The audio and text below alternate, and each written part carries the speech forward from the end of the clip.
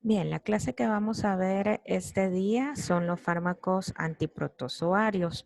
De hecho, pues ustedes tienen en su manual los objetivos que vamos a desarrollar en la clase. Es bastante extensa, así que vamos a tratar de ir un poco rápido para tratar de abarcar todo lo que se pide. Lo que vamos a desarrollar, pues primero es mencionar, ¿verdad?, la clasificación de los amebicidas, tanto tisulares como luminales, nombrar los fármacos antimicrobianos de elección en infecciones intestinales leves, moderadas o graves. Luego vamos a hablar acerca de los efectos adversos de cada uno de estos fármacos, cuál es el fármaco de elección para la yardiasis, la tricomoniasis, la toxoplasmosis, el mecanismo de acción de cada uno de ellos y los principales efectos adversos y pues las dosis de cada uno de estos fármacos. La clase les va a servir bastante para que puedan desarrollar también la guía que están desarrollando para la discusión de esta semana. Así que vamos a comenzar hablando de la primera patología y quizás pues la más común de todas. Esta es la amibiasis. Creo que ya la mayoría de ustedes pues la conoce perfectamente. Cuando hablamos de amibiasis nos referimos a una enfermedad parasitaria intestinal de tipo alimenticia producida por la infección de la entamoeba histolítica. Sin embargo, acá pues ustedes van a encontrar en el libro de texto que si bien la entamoeba histolítica es a la que nosotros le damos tratamiento porque es la que produce la enfermedad en sí, existen otro tipo de entamoebas como la entamoeba dispar y recientemente pues se ha descubierto la entamoeba bangladeshi, que si bien no producen enfermedad, aunque esta última al parecer sí, pero a la que se le da pues tratamiento específico es a esta que les he colocado acá. De hecho, está descrito que es la tercera causa de mortalidad por infecciones parasitarias, así que la van a ver con mucha frecuencia cuando se encuentren en el área clínica. Cuando hablamos de amibiasis, esta afecta aproximadamente al 10% de la población mundial. Produce una infección invasiva en cerca de 50 millones de personas y si hablamos de muertes, pues está descrito 100,000 muertes por esta enfermedad cada año.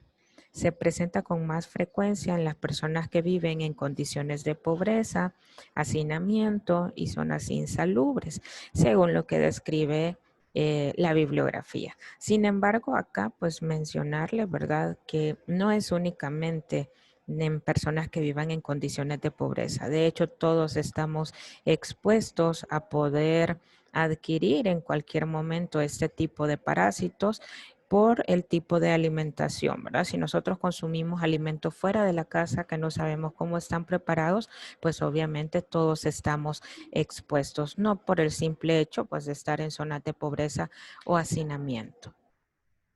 Continuando con las generalidades de las amibiasis, son prácticamente el 90% de las infecciones asintomáticas, es decir, el paciente con muy poca frecuencia acude porque tiene alguna sintomatología característica de la enfermedad. De hecho, la mayoría de estas consultas son porque el paciente únicamente tiene algún malestar, se deja el examen de rutina y pues ahí se detecta. Los quistes infecciosos se eliminan a través de las heces, es decir, si nosotros mandamos un examen general de heces, pues ahí vamos a poder obtener, ¿verdad?, es la presencia de estos quistes que tienen la característica de sobrevivir semanas en un ambiente húmedo. En el caso de los trofozoitos, estos son los que se eliminan por medio del aire y pues definitivamente en cuanto al modo de transmisión es fecal oral, que es la que nosotros conocemos perfectamente a través de aguas contaminadas y alimentos contaminados. Dentro de las generalidades, los trofozoitos tienen la capacidad de invadir perfectamente la mucosa intestinal a nivel del colon, produciendo así colitis ya sea sintomática, la presencia de abscesos hepáticos amibianos y a nivel del torrente sanguíneo se da lugar a la aparición de abscesos, tanto hepáticos a nivel pulmonar y a nivel cerebral, que son los casos más complicados de la amibiasis extraintestinal. Y acá en esta diapositiva yo les he colocado, ¿verdad?, el ciclo, ¿verdad?, de contaminación. Aquí ustedes pueden observar, pues prácticamente todo inicia desde el momento en que nosotros ingerimos a través de los alimentos contaminados o el agua contaminada estos quistes maduros. Estos quistes maduros eclosionan, se forman los trofozoitos y pues prácticamente estos trofozoitos son los que llegan a invadir los diferentes órganos, principalmente a nivel intestinal, que es una colonización no invasiva. Luego tenemos la enfermedad extraintestinal, en donde estos se pueden llegar a alojar a nivel hepático, a nivel pulmonar o incluso a nivel cerebral, ¿verdad? Y aquí pues prácticamente ya estamos hablando de formas extraintestinales más complicadas. ¿Cuáles son entonces los síndromes clínicos que se pueden presentar? La principal y la más común de todas es la amibiasis intestinal.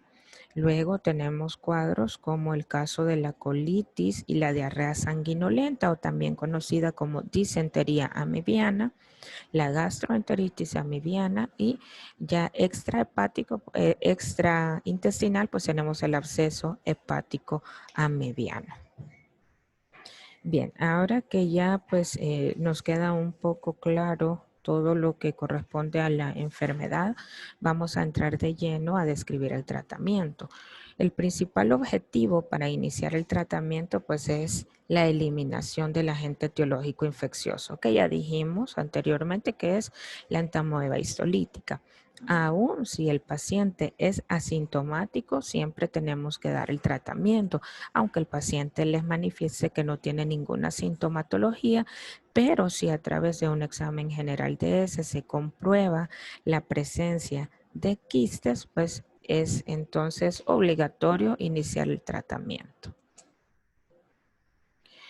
En cuanto a la clasificación de los fármacos ameboides según el sitio de acción, la amibiasis, como ya mencionábamos, puede adoptar diferentes formas clínicas. Dependiendo de esto, entonces, va a ser el tratamiento que nosotros vamos a indicar. Entre la clasificación tenemos los fármacos de acción tisular y los de acción luminal. ¿A qué se refiere esto? Los de acción tisular, pues prácticamente son aquellos que llegan a atacar directamente a los trofozoitos que se encuentran invadiendo los tejidos. Mientras que los de acción luminal, pues su nombre se los dice, se refiere a aquellos fármacos que se encargan de destruir los trofozoitos no invasivos, es decir, aquellos que se ubican especialmente a nivel de la luz intestinal. Bueno, entonces esa es la diferencia, los de acción luminal únicamente a nivel intestinal y los de acción tisular, pues aquellos que ya han invadido otros tejidos o las formas extraintestinales. Veamos entonces la clasificación y aquí tenemos los fármacos que pertenecen a cada uno de estos grupos. Los tisulares, principalmente el metronidazol, el tinidazol, ornidazol y secnidazol, ¿verdad? Todos estos de la familia de los nitroimidazoles. Aparte también tenemos a la emetina y a la dihidroemetina. Y dentro de estos, pues acá yo les he colocado la tetraciclina y la doxiciclina. Ya les voy a explicar en qué casos se utilizan combinaciones. Y luego tenemos los de acción luminal.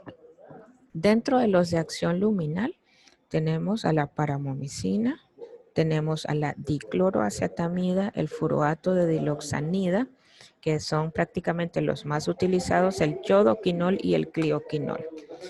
Ahora bien, en el caso de estos que mencioné, los primeros de acción tisular, que son los nitroimidazoles, estos actúan contra las amibas a nivel de la luz intestinal y en los tejidos, pero su acción contra los primeros pues va a ser muy baja, por lo que en la mayoría de casos se pueden utilizar en combinación o seguidos con la administración de fármacos de acción luminal, es decir, hacer combinaciones entre ambos.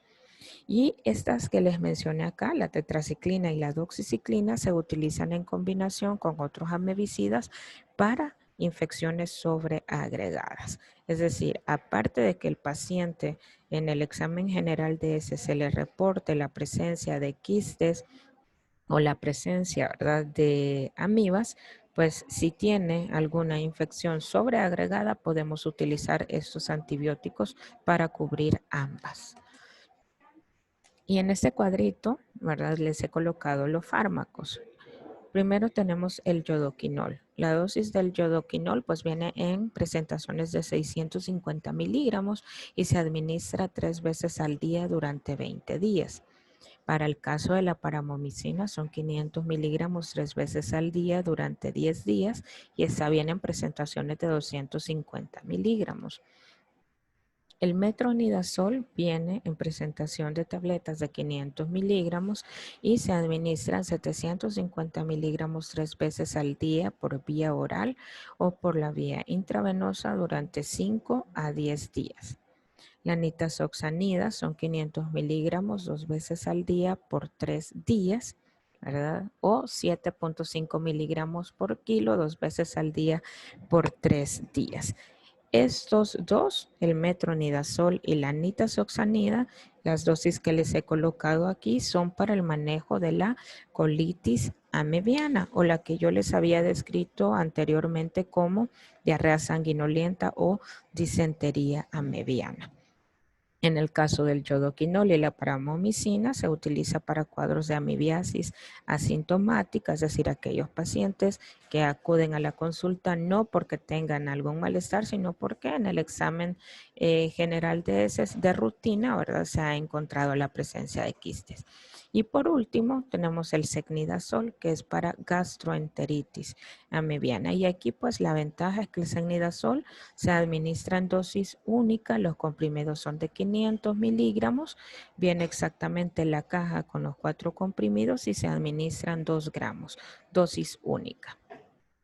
Y aquí, pues, está entonces ya resumido el manejo para las tres, ¿verdad? Tanto amibiasis asintomática, colitis amibiana y gastroenteritis. Pasemos ahora al uso, ¿verdad?, de estos fármacos para cuadros de disentería severa, amibiasis hepática y extraintestinal. Si se fijan, aquí ya estamos hablando entonces de cuadros extraintestinales. A la cabeza siempre va a ser el metronidazol, el fármaco de primera elección. Se administra de 35 a 50 miligramos por kilo día. El tinidazol de 50 a 60 miligramos por kilo día y la duración pues va hasta los 10 días en el caso del metronidazol. Si se escoge manejar al paciente con tinidazol, lo utilizamos únicamente por 5 días. Y luego tenemos la dihidroemetina, que es 1 miligramo por kilo día, se administra por la vía intramuscular y la duración es por 5 días. Muy similar el tratamiento del absceso hepático, pues siempre estamos hablando de formas extraintestinales y luego otra vez se dan cuenta ustedes es el metronidazol, el fármaco de elección. La dosis son 750 miligramos, 3 dosis por 5 a 10 días. El libro se lo describe en este periodo, ¿verdad? En este rango. Sin embargo, siempre se recomienda llevar al paciente hasta los 10 días, más que todo porque son formas más complicadas, ¿verdad?, extraintestinales. Para el caso del tinidazol, son 2 gramos por 3 a 5 días, el secnidazol siempre 2 gramos por 3 a 5 días y el ornidazol por 10 días. Cuando manejamos a un paciente, ya sea con metronidazol o tinidazol, pues prácticamente se abarca una gran cantidad de bacterias. Es por eso que estos fármacos se utilizan como fármacos de primera elección. Entre ellos podemos observar que son sensibles a cocos anaerobios, bacilos gram negativos y anaerobios, gram positivos esporógenos, bacteroides. Se puede utilizar entonces para cuadros tanto de amibiasis, tricomoniasis, que ya la vamos a ver más adelante, yardiasis, candidiasis e incluso para el manejo del helicobacter y el campylobacter. En cuanto a la farmacocinética, acá pues mencionarles la vía de administración intravenosa, oral principalmente. Ahora, si el paciente tolera la vía oral, siempre se escoge esta vía. Tenemos también la vía intravaginal y la vía tópica. Y en cuanto a la absorción, pues es casi completa y se realiza en un corto tiempo después de haber sido administrado el fármaco. Alcanza concentraciones plasmáticas en 1 a 4 horas luego de haber sido administrado el fármaco y de 8 a 13 microgramos por ml si se administra en una sola dosis de 500 miligramos, que es la presentación de las tabletas. Su unión a proteínas plasmáticas es escasa, es de aproximadamente del 10 al 20%, y la vida media del metronidazol es de 7.5 horas. Para el caso del tinidazol, la vida media es más prolongada, es de 12 a 15 horas aproximadamente, y por eso ustedes se fijan que el corto periodo, ¿verdad?, por el cual se deja el tratamiento, pues es diferente a la del metronidazol. Dentro de las características, pues este penetra perfectamente los tejidos y los líquidos corporales, incluyendo así las secreciones vaginales, el líquido seminal, la saliva y la leche materna, e incluso también alcanza el líquido cefalorraquídeo, alcanzando concentraciones terapéuticas. El metronidazol también alcanza concentraciones con eficacia clínica en tejido óseo, articulaciones y sistema nervioso central. Y esta pues prácticamente es la explicación del por qué es el fármaco de primera elección para las formas extraintestinales. Su eliminación es por medio de la orina en un 75% en forma de metabolito activo y el 10% en su forma original. El metabolismo es completamente hepático.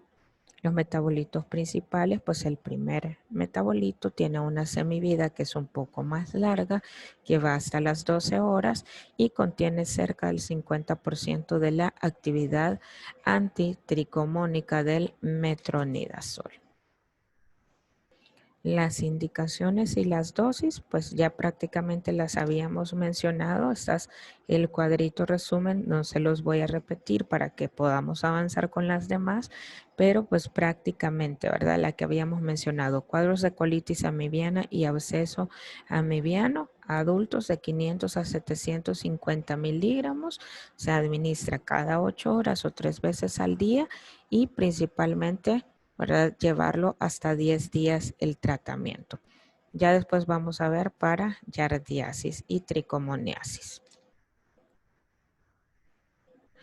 Dentro de los efectos adversos a la cabeza, el paciente puede presentar cefalea, náuseas, serostomía y un sabor metálico que es característico, ¿verdad?, de los pacientes que están siendo manejados con metronidazol, por lo cual en muchas ocasiones pues suspenden el tratamiento. Así que es importante explicarle esto al paciente para que no lo vaya a dejar.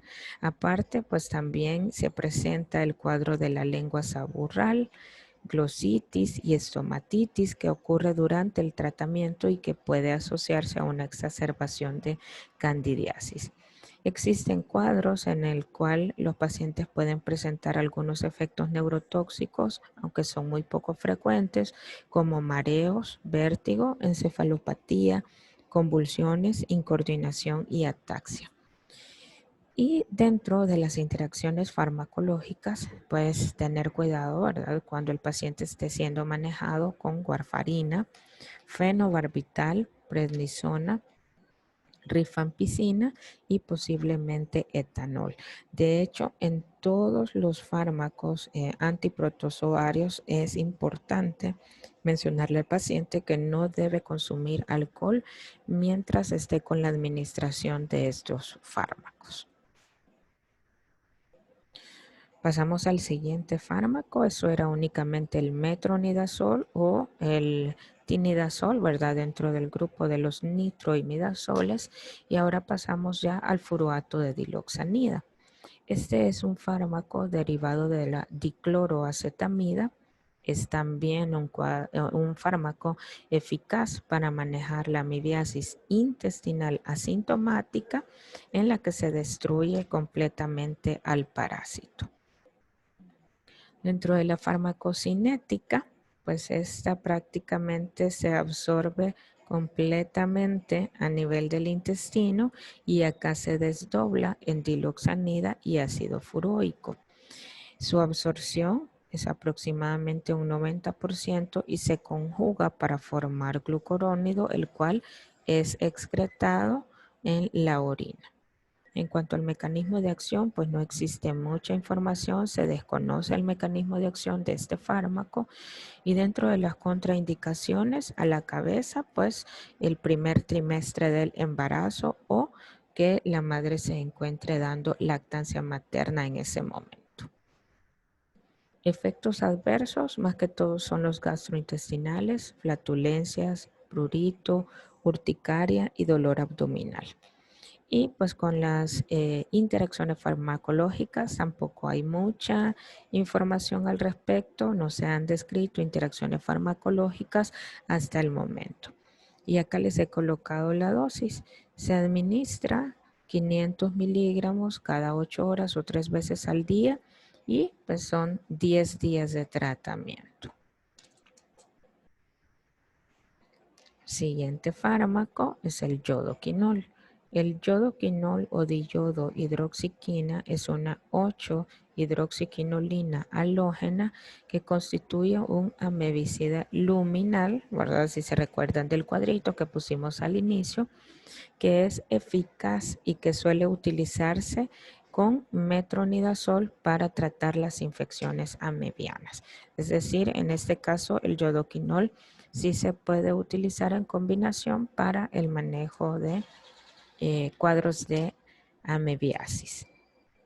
Bien, continuando siempre con la farmacocinética, casi el 90% del fármaco se puede absorber si se administra por vía oral y es excretado a nivel de las heces.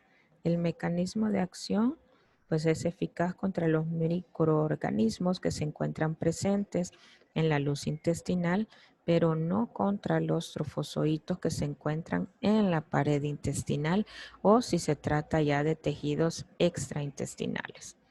Dentro de los efectos adversos, siempre los gastrointestinales, diarrea, anorexias, náuseas, vómitos, dolores abdominales, cuadros de cefalea, exantema y prurito. En el caso de pacientes que se encuentran en el periodo gestacional o dando lactancia materna, pues en el embarazo no se encuentra aún documentado que se hayan presentado problemas con la utilización de este fármaco, por lo cual pues mejor evitar el uso porque no sabemos si puede afectar tanto a la madre como al feto. Dentro de las interacciones farmacológicas tampoco se encuentra ninguna interacción descrita hasta el momento y la dosis de adultos es la que les he colocado acá, son 650 miligramos cada 8 horas. Siempre se recomienda administrar el fármaco después de las comidas y el tratamiento lo llevamos hasta 20 días, especialmente para las formas extraintestinales. Continuamos con el siguiente fármaco y esta es la paramomicina. La paramomicina es un aminoglucósido. Este pertenece, ¿verdad?, a la familia de la neomicina y de la canamicina y se utiliza como fármaco administrado por la vía oral para infecciones por entamoeba histolítica. También lo vamos a ver más adelante que también se utiliza para el manejo de la yardiasis. ¿Cuál es el mecanismo de acción de la paramomicina? Pues como pertenece a los aminoglucósidos, ustedes saben perfectamente que el mecanismo de acción es la unión a la subunidad ribosomal 30S, inhibiendo por tanto la síntesis proteica. Después de su administración por la vía oral, prácticamente el 100% del fármaco termina siendo eliminado a través de las heces. La administración parenteral conlleva los riesgos de nefrotoxicidad y ototoxicidad, por lo que hay que tener mucho cuidado con la administración por medio de esta vía. Este fármaco ha sido aceptado como el medicamento más indicado para combatir la colonización intestinal por entamoeba histolítica, en combinación con metronidazol para el tratamiento de la colitis amibiana y para el manejo del absceso hepático amibiano. Aquí está la dosis de la paramomicina para el caso de adultos y niños. Es de 25 a 35 miligramos por kilo de peso al día y pues se divide en 3 dosis o se administra cada 8 horas. En mujeres embarazadas, específicamente para el cuadro de yardiasis, son 500 miligramos ingeridos cada 8 horas y el tratamiento será por 10 días. ¿Cuáles son las precauciones que debemos tener en cuenta con el uso de la paramomicina? Especialmente en aquellos pacientes que tengan insuficiencia renal, se debe hacer ajuste de dosis o también tener cuidado con la administración del fármaco en pacientes con cuadros de obstrucción intestinal o erosión intestinal. Los efectos adversos descritos pues son muy raros, pero dentro de ellos se incluyen el dolor, los cólicos abdominales, dolor epigástrico, náuseas, vómitos, esteatorrea y diarrea. Y en contadas ocasiones que el paciente presente, ¿verdad?, erupciones y cefalea. En cuanto a las interacciones farmacológicas, principalmente disminuye la absorción del metotrexato en aquellos pacientes que están siendo manejados con este fármaco por cuadros de artritis reumatoidea. Su toxicidad aumenta con el uso concomitante de anestésicos generales como la vancomicina, ¿verdad?, polimixinas, y pues prácticamente quizás estos son los más utilizados y con los que hay que tener cuidado con su administración. Con eso prácticamente finalizábamos los fármacos que se utilizan para el manejo de la yardiasis, perdón, de la amibiasis, y ahora pasamos al manejo de la yardiasis.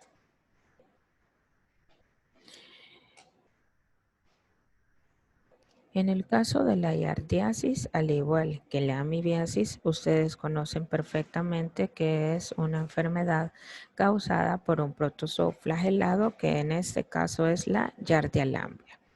La infección pues prácticamente se da en el momento en que nosotros ingerimos los quistes del parásito que se encuentran en los alimentos contaminados o en el agua, ¿verdad? Alimentos contaminados por heces o agua contaminada por heces. Por lo tanto, la transmisión es exactamente igual a la que explicábamos para la amibiasis, es decir, fecal oral. Y es el mismo ciclo, ¿verdad? Nosotros ingerimos los alimentos o el agua contaminada y de ahí pues se llega a invadir.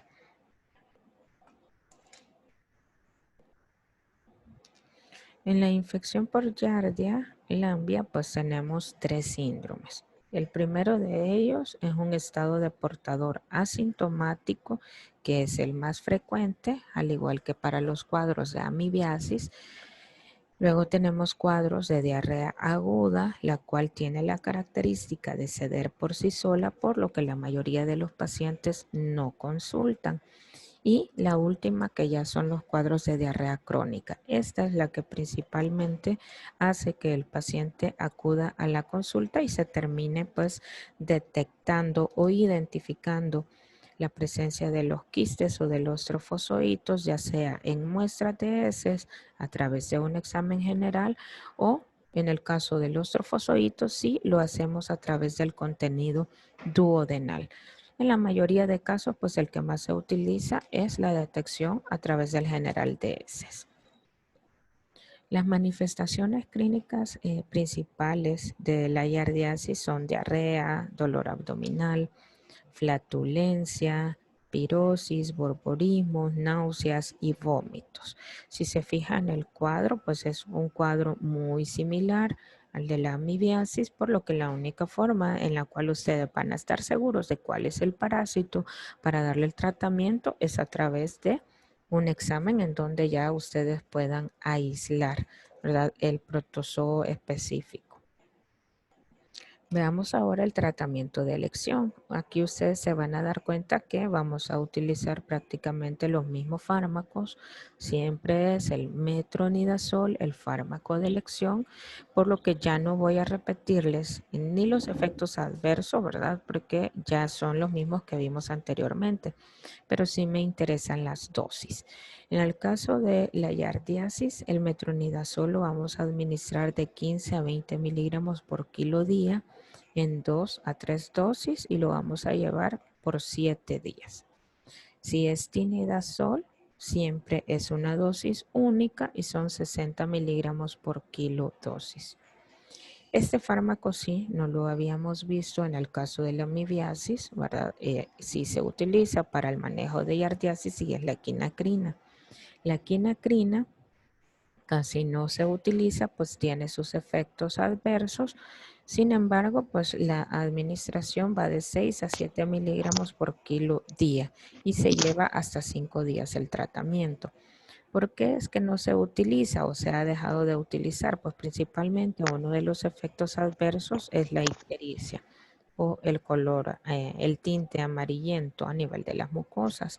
Aparte de ello, un sabor amargo y alteraciones neuropsiquiátricas o convulsiones. Es por eso que este fármaco se utiliza muy poco. Otro de los que tenemos acá para el manejo de yardiasis es la furazolidona de 5 a 8 miligramos por kilo día. Se administra cada 6 horas y llevamos al paciente hasta los 10 días de tratamiento. Hablemos un poquito entonces de la quinacrina y de la farmacocinética. La quinacrina es un derivado de la acridina. Sí, es un fármaco muy eficaz contra la Yardia lamblia. Por ser una acridina sustituida, ¿verdad? Esta se intercala con el ADN del parásito y esto es lo que le permite la inhibición en la síntesis del ácido nucleico de la Yardia.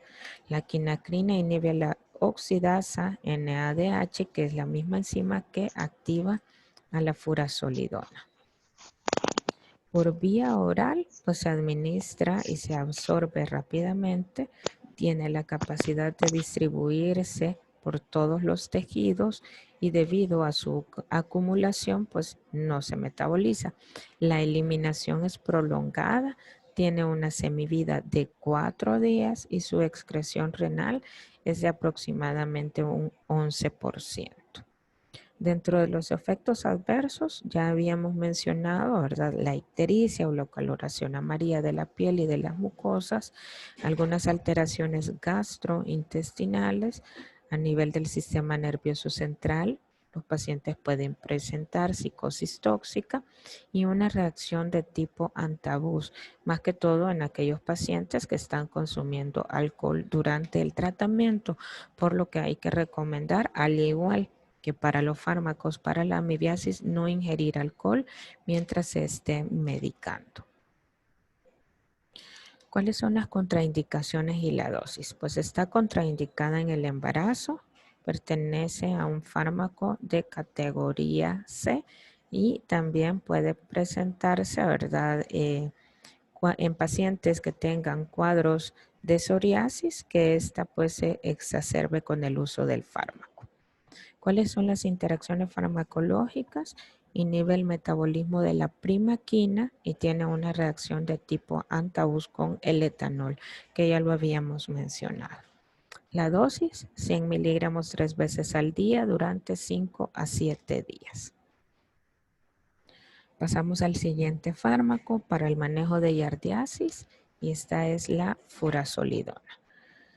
Este es un derivado de los nitrofuranos que tiene acción bactericida y actúa sobre la mayor parte de los patógenos gastrointestinales, incluyendo los gram positivos y los gram negativos. Dentro de todos ellos, pues aquí encontramos a la Giardia lamblia y por eso es que la furazolidona se utiliza para el manejo de esta. En cuanto al mecanismo de acción, tiene interferencias sobre varios sistemas enzimáticos bacterianos, especialmente a nivel del ciclo de Krebs, inhibiendo así la fase anaeróbica del metabolismo del piruvato. Veamos las contraindicaciones. La furazolidona puede presentar hipersensibilidad, ¿verdad? En el caso de los pacientes que presenten prurito o rash, pues estaría contraindicado. También mujeres embarazadas, pues ya habíamos mencionado que es categoría C y no se puede prescribir en niños menores de 2 años. Dentro de las reacciones adversas, siempre las principales son las gastrointestinales, náuseas, vómitos, cefaleas, reacción de hipersensibilidad, que ya lo habíamos mencionado, ¿verdad? Rash, fiebre y en pacientes con anemia hemolítica, pues hay que tener cuidado con la administración de este fármaco. Interacciones farmacológicas, pues únicamente recomendarle al paciente que no consuma alcohol mientras esté siendo medicado con este fármaco. Aquí está la dosis. Voy a mencionar la dosis de adultos, que es la que más interesa en este momento y son 400 miligramos dividido en 4 tomas al día. Con eso terminamos prácticamente ya 2 de las patologías. Hemos visto amibiasis y yardiasis y ahora vamos a pasar a hablar de la tricomoniasis. La tricomoniasis es otra patología que de hecho ustedes conocen perfectamente, que es producida por la tricomona vaginalis. Este es un protozoo flagelado que habita en las vías genitourinarias y el principal cuadro que causa es una vaginitis en el caso de las mujeres. Sin embargo, no es únicamente la mujer la que se ve afectada por la tricomona, sino también el hombre. Y en el caso del hombre, pues en la mayoría de ocasiones el cuadro es de una uretritis. La ausencia de síntomas en la mayoría de hombres es lo que hace que ellos no acudan a la consulta, sino que lo que más frecuentemente sucede es que la mujer acuda a consultar por la sintomatología que da en el caso de las mujeres. Siempre tengan en cuenta que a pesar de que solo la mujer consulta, el tratamiento para la tricomoniasis debe ser para ambos. Y en cuanto al ciclo, ¿verdad? O cómo se contrae, pues en este caso es a través de contacto directo. Es decir, al tener relaciones sexuales con una persona que se encuentre infectada con tricomona vaginales, pues directamente se pasa a la otra persona. En el caso de las mujeres, el área del cuerpo que se ve infectada con mayor frecuencia es la parte baja del aparato genital, exactamente a nivel vulvar, a nivel de la vagina o la uretra. Y en el caso de los hombres, pues ya habíamos descrito lo que sucede es una afectación en la parte interna del pene, específicamente a nivel uretral. Alrededor del 70% de las personas infectadas no presentan ni signos ni síntomas, por lo que la detección de esta es un poco difícil, excepto en aquellos casos en los cuales la mujer ya tenga sintomatologías y acuda a la consulta. Veamos cuáles son las manifestaciones clínicas. En la mujer principalmente se presenta con cuadros de ardor vaginal, una leucorrea fétida que es característica y de color amarillento. Ahora bien, cuando realizamos la citología, se puede observar el cuello característico de esta patología en forma de cuello en fresa, que es lo que ustedes observan acá en esta imagen, ¿verdad? Se observa un cuello hiperémico e inflamado. Y a esto es lo que nosotros conocemos como cuello en fresa. Las manifestaciones en el caso del hombre, pues dijimos que eran poco frecuentes, sin embargo, pues puede presentar edema a nivel del prepucio y dificultad para la micción y disuria, ¿verdad? Esas serían las manifestaciones clínicas. Ahora bien, ¿cómo hacemos el diagnóstico de esta patología? Principalmente se hace a través del examen ginecológico. Cuando la mujer acude a la toma de la citología, en este caso pues se puede extraer a través de la secreción y aislar, ¿verdad? El agente causal, que en este caso sería la tricomona vaginales. Existen también otras pruebas indirectas como la PCR, ¿verdad? Aunque generalmente no, la que nosotros más utilizamos es pruebas ginecológicas. Y en el caso del hombre, pues a través de la secreción uretral, a través de la orina, a través del líquido prostático o incluso con una muestra de semen se puede aislar el agente causal. Tratamiento de elección. Si se fijan, siempre es el metronidazol, el fármaco de primera escoge, y lo que les mencionaba, aunque solo sea la mujer la que acude, si se aísla tricomona vaginales, el tratamiento debe ser para ambos. Hay que tener cuidado en el caso de aquellas pacientes que se encuentren en periodo gestacional. Y aquí está la dosis, ¿verdad? Si es metronidazol o tinidazol, siempre es una sola dosis la que se administra por vía oral y son 500 miligramos 2 veces al día, ¿verdad? Esto si fuera alternativa, ¿verdad? Si es dosis única, únicamente vamos a administrar los 2 gramos, ya sea de metro o de tinidazol. En el caso de la paciente embarazada, la dosis no se modifica, siempre son los 2 gramos en dosis única, pero hay que estar teniendo precauciones o monitorizando, ¿verdad? A la paciente si ustedes la van a manejar con el metronidazol. Y para terminar, vamos a la última de las patologías. Esta es la toxoplasmosis, también ya conocida por ustedes. En el caso de la toxoplasmosis, pues esta es una infección zoonótica, a diferencia de las anteriores que hemos mencionado, y esta se debe a un protozoo intracelular obligatorio que es el Toxoplasma gondii. Las vías de infección, ¿verdad? Pues prácticamente ustedes ya las conocen también, es debido a la ingestión de carne mal cocida que contenga los quistes a nivel de los tejidos. También si nosotros ingerimos materia vegetal contaminada con tierra que contenga los ovocitos infecciosos, al tener contacto oral directo con las heces de los gatos, así que hay que tener mucho cuidado si alguno de ustedes tiene a los gatitos como mascota para hacer una buena manipulación de las heces. Infección fetal transplacentaria por taquizoides. Esa es prácticamente una de las complicaciones. Si hay toxoplasmosis y la paciente pues queda embarazada, hay que tener muchísimo cuidado con esto. Aquí les he puesto en esta diapositiva cómo se transmite, ¿verdad? Principalmente se puede dar por gatos, también algunos roedores la transmiten. Estos pues defecan. Si consumimos carnes, ¿verdad? Pues obviamente ellos consumen el Sí, pasto o en la tierra que ha sido contaminada y nosotros posteriormente consumimos vale. esta carne ya contaminada. En el caso de los gatitos, pues lo que sucede, ¿verdad? Es que ellos defecan y pues se hace la mala manipulación de las heces de los gatos, quedando la contaminación a nivel de las manos y nosotros llevamos las manos a la boca y esa es la vía, ¿verdad? De contaminación. Aquí igual el hospedador definitivo siempre se pone, ¿verdad? Que es el gato o algunos roedores.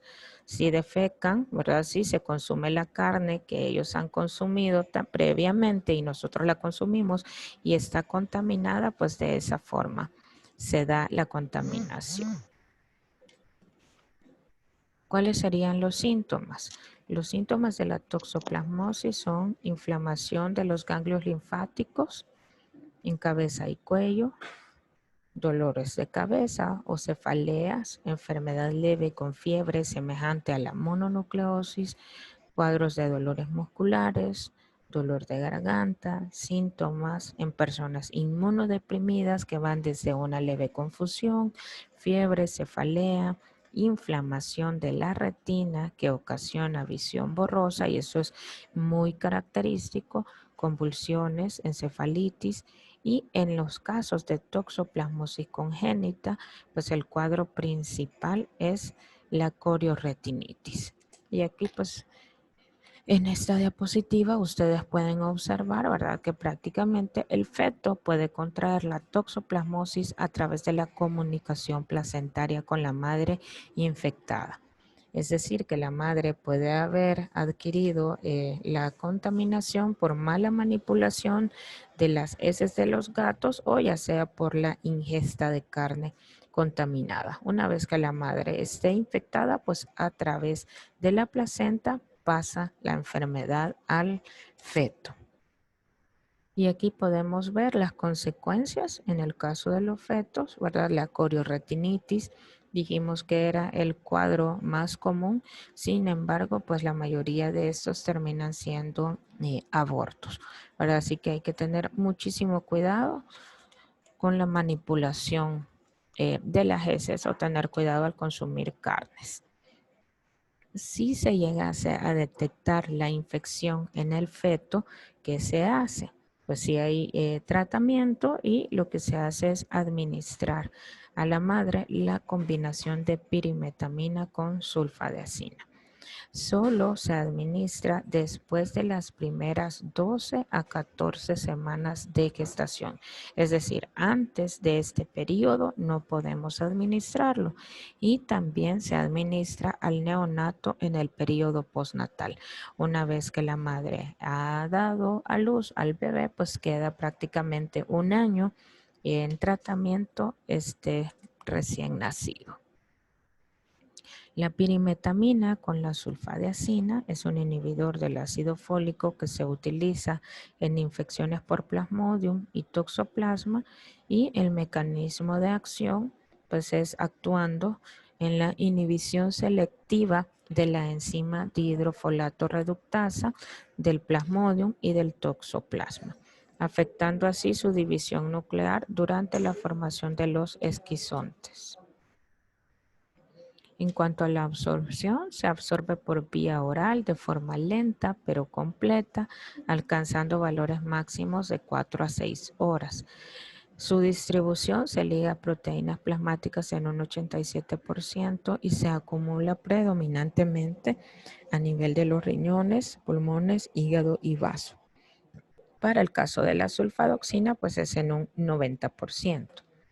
En cuanto al metabolismo, es hepático, tiene una excreción renal y también se puede excretar en cierto porcentaje a través de la leche materna. La semivida de la pirimetamina es de 85 a 90 horas, mientras que la de la sulfadoxina es de 170 horas. Indicaciones entonces, en este caso, pues lo que nos interesa es cuadros, ¿verdad?, de Toxoplasma gondii. La contraindicación es que haya hipersensibilidad al fármaco, que el paciente tenga insuficiencia renal o discrasia sanguínea y en el caso del primer trimestre y embarazo a término. Lactancia también hay que tener cuidado con la administración o en aquellos pacientes que tengan deficiencia de glucosa 6-fosfato deshidrogenasa. En el caso de las embarazadas, ya lo habíamos resaltado, ¿verdad? Que se puede utilizar únicamente, ¿verdad?, después de la 12ª a 14ª semana de gestación. Para el caso de la madre embarazada, la dosis es de 25 a 50 miligramos al día de sulfadoxina y de 2 a 4 gramos al día y 5 a 20 miligramos de ácido fólico. En el caso de los niños, ¿verdad? Obviamente si el niño ha sido contaminado, se le va a administrar 0.5 a 1 miligramo por kilo de peso al día de pirimetamina, junto con 100 miligramos por kilo de peso al día de sulfadoxina, y lo que les mencionaba es durante un año el tratamiento. Ya para ir finalizando, nos queda otro fármaco utilizado para toxoplasmosis y esa es la espiramicina. La espiramicina es un antibiótico que pertenece al grupo de los macrólidos y es utilizado como agente antibacteriano alternativo contra bacterias gram positivas y algunas bacterias gram negativas. Su absorción se administra siempre a través de la vía oral y en este caso la absorción es incompleta. Su distribución pues es ampliamente distribuida en los tejidos y fluidos corporales a nivel de la bilis, saliva, aparato respiratorio, próstata y a nivel muscular, y se une en un 25% a las proteínas plasmáticas. El metabolismo es hepático con la formación de metabolitos inactivos, su excreción fundamentalmente con la bilis y en menor grado con la orina, y tiene una semivida si se administra por vía oral de 5 a 8 horas. El mecanismo de acción, no existe mucha información al respecto, aunque sin embargo, ¿verdad? Por el hecho de pertenecer a ese grupo de antibióticos, pues lo que hace es unirse de forma reversible a la subunidad 50S a nivel del ribosoma bacteriano, lo que da lugar al bloqueo de las reacciones de transpeptidación y translocación ribosomal, inhibiendo así la síntesis proteica y el crecimiento celular subsecuente.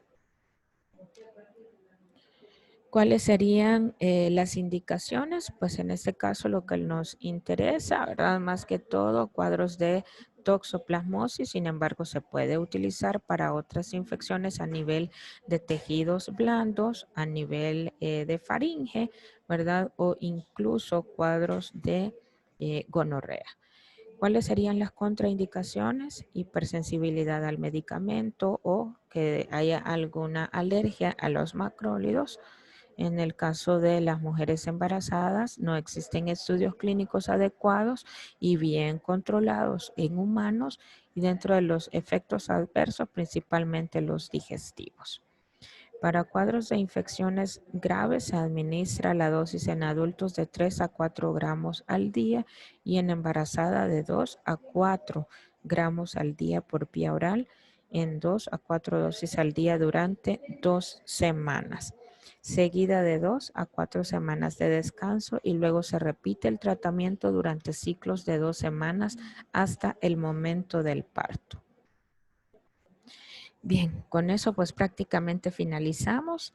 Este cuadrito ustedes lo van a encontrar en el libro de texto, está en Goodman en la 13ª edición y es prácticamente un resumen de todos los fármacos que hemos ido mencionando, cuáles son los usos terapéuticos y la farmacología clínica de cada uno de ellos. Prácticamente ya se los mencioné en las diapositivas anteriores, ¿verdad? Así que al final ustedes pueden revisarlo y ahí tienen pues un resumen de todo lo que hemos visto de cada uno de estos fármacos. Todo está en la bibliografía que ustedes tienen en su manual. Goodman y Gilman, 13ª edición, capítulo 54. Así que cualquier duda o consulta que tengan, ¿verdad? Revisen su libro de texto o me pueden escribir al correo institucional.